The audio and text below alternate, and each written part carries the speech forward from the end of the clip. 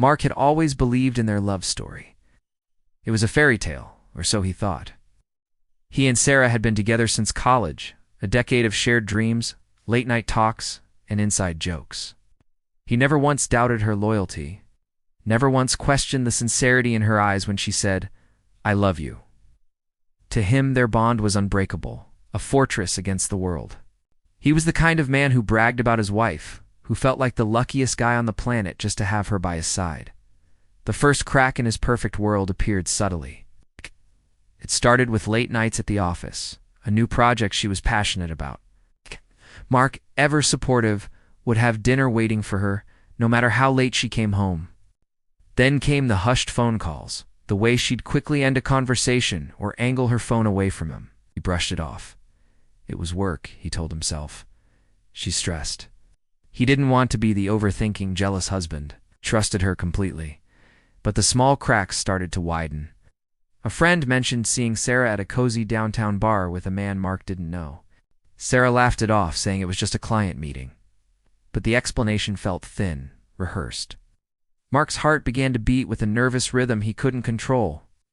He started noticing the little things, a new perfume she wore, a sudden interest in a band he'd never heard of, the emotional distance that was growing between them like an invisible wall. The turning point came on their anniversary. Mark had planned a surprise romantic dinner. He came home early, flowers in hand, only to find the house empty. He waited, an hour passed, then two. His calls went straight to voicemail. Panic started to set in. Finally a text message from her. "So sorry. Got held up at work, rain check." His heart sank. Work on their anniversary? Didn't feel right? Driven by a gut feeling he could no longer ignore, he logged into their shared tablet. He didn't know what he was looking for, but he needed something, anything, to silence the deafening roar of doubt in his mind. And there it was, an open chat window. Messages not from a client, but from a man named Alex. The words on the screen blurred as he read them. "Can't wait to see you tonight. Last night was amazing." He has no idea, does he?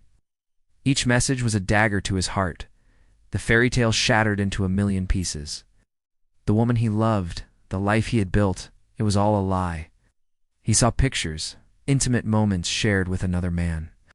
The fortress he thought was unbreakable had been breached from the inside. He sat there in the dark, surrounded by the remnants of his planned anniversary celebration. The flowers wilting on the table, just like his love. When Sarah finally walked in, her cheerful "I'm home" echoed in the silent house. She stopped when she saw his face, the tablet in his hand. The truth was out. There were no more excuses, no more lies to hide behind. The conversation that followed was a blur of tears, accusations, and heartbreaking confessions.